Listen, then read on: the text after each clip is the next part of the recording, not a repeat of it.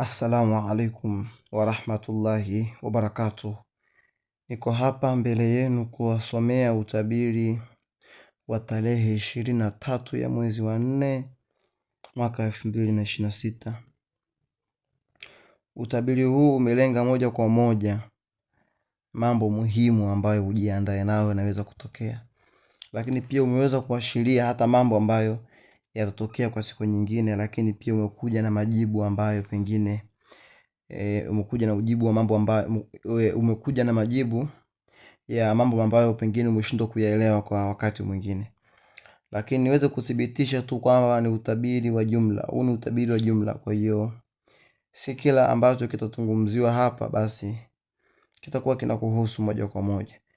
Kwa usilazimishe, ukiona kitu kinachokuhusu wewe basi kinamhusu mwingine. Chukua kinachokuhusu na kitu chako moja kwa moja utaona kinapata uthibitisho.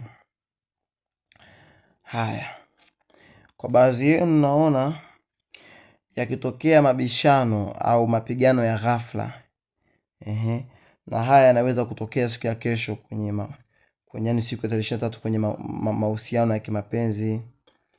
Lakini kwa baadhi yenu hilo litawapelekea kukumbuka kumbukumbu za zamani, au mtu wako wa zamani anaweza kuingia kwenye mawazo yako tena, ukaanza kumfikiria aidha bosi wako wa zamani, mfanyakazi wa zamani, ama mpenzi, mke wa zamani. Lakini kwa baadhi yenu naona mkiunda familia na kujifunza kuwa mtakuwa na uzazi. Kwa hiyo pia kwa baadhi yenu mtapokea taarifa habari za mimba, au mtajigundua kuwa mna mimba, au habari za mtu kujifungua au kuzaliwa. Lakini pia unaweza kupata ujumbe wa ghafla kutoka kwa mtu ambaye hujamsikia kwa muda mrefu. Lakini kwa baadhi yenu naona mkinunua bidhaa mpya ambayo inahusiana na mambo ya utunzaji wa mwili, ngozi. Lakini pia matatizo ya kifedha yasiyotarajiwa yatakufanya uchoke na kuwa na wasiwasi juu ya kesho yako. Lakini kwa baadhi yenu, ikiwa mtu wako amejitenga bila sababu au anakupuuza, fahamu kwamba ni kwa sababu mtu huyo ana mtu wake, mtu wa tatu ameingia, ni mchepuko. Lakini kabisa kwa baadhi yenu naona mkianza kutumia muda kwa ajili ya familia, kwenda nyumbani kwa familia, kutembea au kufanya safari ya kwenda na kurudi katika mji wako. Lakini kwa baadhi yenu naona mkifanya maliziano ya amani na baadhi ya watu.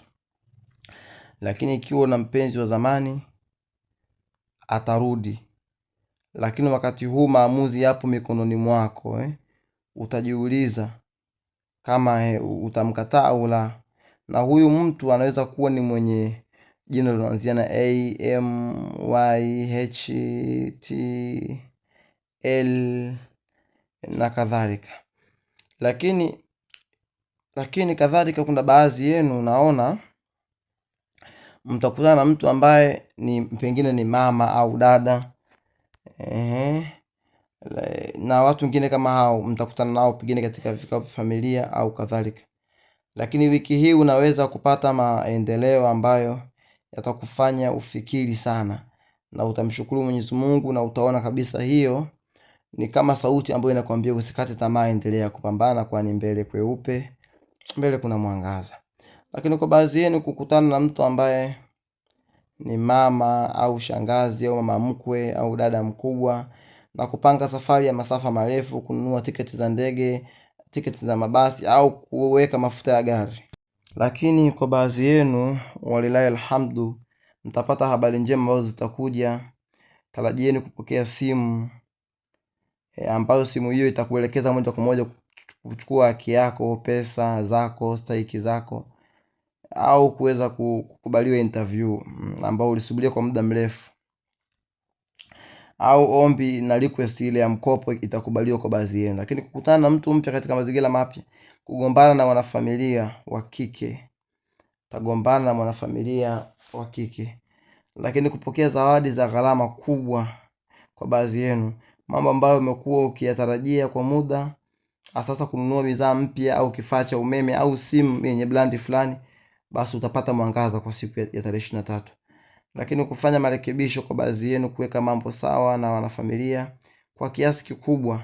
Lakini pia tarajia fedha ikiingia mikononi mwako au kushughulikia na masuala ya ulisi, masuala ya mali, masuala ya vyeti vya kuzaliwa, watu mtashughulikia namba za NIDA, namba za ID na mambo mengine kama hayo. Wallahu a'lam, wallahu a'lam, wallahu a'lam.